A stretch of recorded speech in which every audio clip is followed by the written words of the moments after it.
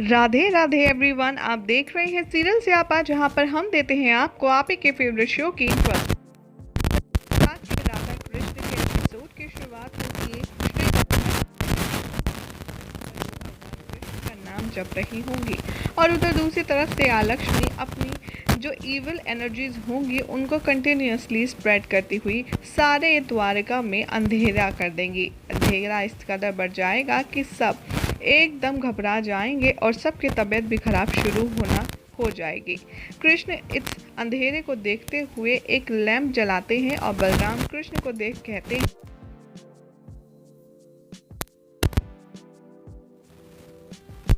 है और इतनी बुरी और असुरी शक्तियों का अंधेरा है। कृष्ण कहते हैं कि लैंप मतलब ये जो मैंने दिया जलाया है, इसकी जो एक किरण है वो एक आशा की किरण है जो किरण बनकर सबको दिखाई देगी। बलराम कहेंगे कि और क्या होगा कान्हा अगर ये बुझ गई तो? कृष्ण कहते हैं तो फिर आलक्ष्मी की जीत होगी, लेकिन हम ऐसा होने नहीं देंगे। यहाँ पर बलराम और कृष्ण मिलकर के द्वारकावासियों को सब कुछ बताते हैं और कहते हैं कि आज हम देवी पार्वती की सती रूप की कहानी सुनेंगे जो हमें समझाएगी कि प्यार की शुद्धता क्या होती है। और श्री कृष्ण यहाँ पर देवी सती की कथा आरंभ करते हैं। वो बताते हैं कि कैसे सती महादेव से बेइंतहा प्यार करती थी और उनके पापा दक्ष उनके प्यार के खिलाफ थे। दक्ष ने कहा था कि तुम किसी से भी प्यार कर सकती हो, मेरे बड़े से बड़े शत्रु से, लेकिन महादेव से नहीं, क्योंकि वो इस तरीके से हमारे परिवार में जुड़ नहीं सकता। मेरे हिसाब से वो हमारे परिवार का हिस्सा बन ही नहीं सकता और मेरे दुश्मन को तुम अपना भगवान कभी नहीं बना सकती। देवी सती कहती हैं कि मेरी ज़िंदगी बिल्कुल बेकार है जब तक मैं महादेव के मिलन से पूर्ण ना हो जाऊं। महादेव ने ही मेरी ज़िंदगी में सारा सार भरा है, इसीलिए मुझे महादेव की ही अर्धांगिनी बनना है, इसीलिए मैं उन्हें भूल नहीं सकती और मैं महादेव से विवाह करूंगी। और यहाँ पर महादेव और सती गंधर्व विवाह कर लेती हैं, जिसे देखकर सती के जो पापा होते हैं महाराजा दक्ष, वो बहुत ज़्यादा हर्ट हो जाते हैं और वो एक विशाल हवन का आयोजन करवाते हैं। उसमें वो पूरे यूनिवर्स के सभी देवी देवताओं को आमंत्रित करते हैं, लेकिन वहाँ पर महादेव को नहीं बुलाया जाता। सती अपने पति की इतनी बड़ी इंसल्ट देखकर अपने आप को उसी हवन कुंड में दहन कर लेती है, क्योंकि उनसे महादेव की बेइज्जती देखी नहीं जाती।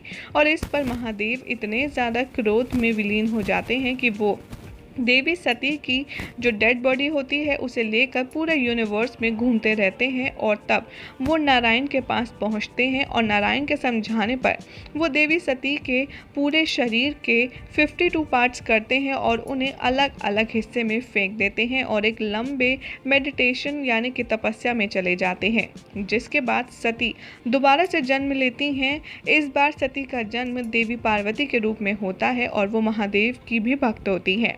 महादेव जैसे ही आंखें ओपन करते हैं वो उनकी आराधना पूर्ण हो जाती है और जो उनकी सती गई होती है वो देवी पार्वती के रूप में लौट कर आती है और महादेव उन्हें एक्सेप्ट कर लेते हैं। कृष्ण आगे कहते हैं कि इन दोनों की लव स्टोरी से ये प्रूव होता है कि प्यार का मतलब सिर्फ सेक्रीफाइस करना होता है, हमेशा कुछ लेना या फिर हमेशा कुछ प्राप्त करना नहीं। उधर सूर्यदेव अपनी सारी एनर्जी चंद्रदेव को ट्रांसफ़र कर रहे होते हैं, तभी आलक्ष्मी बहुत ही अजीब सी डरावनी आवाज़ें निकाल कर रोना शुरू कर देती है। आलक्ष्मी की ये बुरे स्वर वाली आवाज़ सुनकर हर कोई अपनी आंखें बंद कर लेते हैं और कहते हैं कि हमसे ये बर्दाश्त नहीं होगा। उधर सूर्यदेव को भी बहुत ज़्यादा डिस्टर्ब होगा। वो कहेंगे कि ये जो आलक्ष्मी इतना शोर कर रही है, इसकी वजह से मैं अपनी शक्तियों पर केंद्रित नहीं कर पा रहा हूँ और मैं चंद्रदेव को अपनी शक्तियाँ दे नहीं पा रहा हूँ। सारे जो द्वारकावासी होते हैं वो श्री कृष्ण के पास जाते हैं और कहते हैं कि अगर हमारी आंखें फट जाएंगी, आलक्ष्मी ने रोना बंद नहीं किया तो श्री कृष्ण उन सबको समझाने के लिए कहते हैं कि आप सभी को आलक्ष्मी की ये जो नकारात्मक रोने का स्वर है उसे ऐसे एंजॉय करना चाहिए जैसे कि लक्ष्मी की प्लीजेंट वॉइस है। सूर्यदेव भी यहाँ पर बाकी सारे भगवानों के साथ ट्राई करते हैं आलक्ष्मी की द्वारा बनाई गई उस अभेद दीवार को तोड़ने की, लेकिन हर कोई फेल हो जाता है। यहाँ पर आलक्ष्मी कृष्ण को चैलेंज करती है कि आप मेरे हाथ में हाथ दे दें, मुझे एक्सेप्ट कर लें तो मैं रोना बंद कर दूंगी। यहाँ पर देवी गौरी महादेव से कहती हैं कि नहीं, श्री कृष्ण को आलक्ष्मी का हाथ नहीं पकड़ना चाहिए, वरना इससे तो और भी ज़्यादा बड़ा अनर्थ हो जाएगा।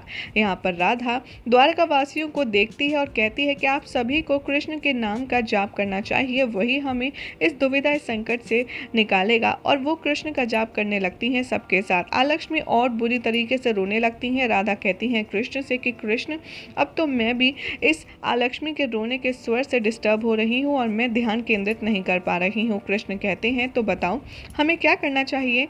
राधा कहती हैं कि कृष्ण, मुझे लगता है कि मुझे तुम्हारा सेक्रीफाइस कर देना चाहिए, अपने प्यार का सेक्रीफाइस कर देना चाहिए। यहाँ पर कृष्ण कहते हैं कि यानी कि तुम चाहती हो कि मैं लक्ष्मी के पास चला जाऊँ। यहाँ पर राधा कहती हैं कि हाँ, द्वारका वासियों की भलाई के लिए मैं इन सब के प्राण संकट में नहीं डाल सकती, इसीलिए मुझे लगता है कि मुझे तुम्हारा हाथ आलक्ष्मी के हाथ में दे देना चाहिए। यहाँ पर कृष्ण कहते हैं कि अगर ये तुम्हारी रिक्वेस्ट है या फिर ऑर्डर है मेरे लिए, तो तुम बताओ मैं किस तरीके से इस बात को लूँ और मैं क्या करूँ। राधा कहती हैं कि नहीं, मैं तुम्हें किसी से प्यार करने के लिए फोर्स तो नहीं कर रही, क्योंकि ये रॉन्ग है, लेकिन हमारे जो द्वारकावासी इतने ज़्यादा प्रभाव से गुजर रहे हैं, पीड़ित हो रहे हैं, उसके लिए हमें अपना सेक्रीफाइस करना होगा, अपने प्यार का दहन करना होगा। और वैसे भी हम आलक्ष्मी को एक चांस तो दे ही सकते हैं, क्या पता आलक्ष्मी जब तुम्हारा हाथ थामे तब उसकी नकारात्मक शक्तियाँ पॉजिटिव यानी कि दैविक शक्ति में परिवर्तित हो जाएं और वो पूरे वर्ल्ड को एक अच्छे के लिए चेंज कर दे। यहाँ पर श्री कृष्ण कहते हैं कि जैसी मेरी सखी की इच्छा, और वहाँ से चले जाते हैं। बलराम यहाँ श्री कृष्ण को रोकते हैं और कहते हैं कि ये तुम क्या कर रहे हो। कृष्ण कहते हैं राधा ने ये डिमांड किया है। बलराम दाऊ कहते हैं कि लेकिन राधा ने जो मांगा है वो पूर्ण रूप से उचित नहीं है, इसीलिए तुम उसे सपोर्ट नहीं कर सकते। कृष्ण कहते हैं कि मैं खुश हूँ कि राधा ने अब वो चीज़ ढूंढ ली, वो सत्य ढूंढ लिया कि सेक्रीफाइसिंग यानी कि किसी को देना होता क्या है। ये इजी नहीं होता कि आलक्ष्मी को वो अपने स्थान पर बैठने के लिए खुद कह दे। बलराम कृष्ण का हाथ रोकते हैं और कहते हैं कि नहीं, मैं तुम्हें नहीं जाने दूंगा। कृष्ण कहते हैं कि महालक्ष्मी तभी उठ पाएंगी, तभी, इसीलिए मुझे यहाँ पर जाकर आलक्ष्मी का हाथ थामना ही होगा। तभी वो कहते हैं लेकिन आलक्ष्मी की शक्तियाँ वो बहुत ही ज़्यादा शक्तिशाली है और उसकी नकारात्मक शक्तियाँ अगर तुम पर भारी पड़ गई तो। कृष्ण कहते हैं कि नहीं, ऐसा नहीं होगा। मुझे राधा की पावन शक्तियों पर पूर्ण विश्वास है, उसके प्यार पर पूरा भरोसा है और मेरा और उसका प्यार सच्चा है, इसलिए आलक्ष्मी मुझे कभी भी कुछ नुकसान नहीं पहुंचा सकती। आलक्ष्मी कृष्ण को देखकर बहुत ज़्यादा खुश हो जाती है और कृष्ण आलक्ष्मी के पास आते हैं और यहाँ पर कहती है आलक्ष्मी कि चलो, अंततः मेरी ही जीत हुई, कृष्ण को मेरे पास आना ही पड़ा। कृष्ण आओ, आकर मेरा हाथ थामो। और यही हो जाएगा आज रात के एपिसोड का एंड, जिसके बाद कल क्या होगा आपको बताएंगे नेक्स्ट रिपोर्ट में। लेकिन अगर आपको ये अपडेट अच्छी लगी तो फटाफट से सीरियल ज़ियापा को सब्सक्राइब ज़रूर करें।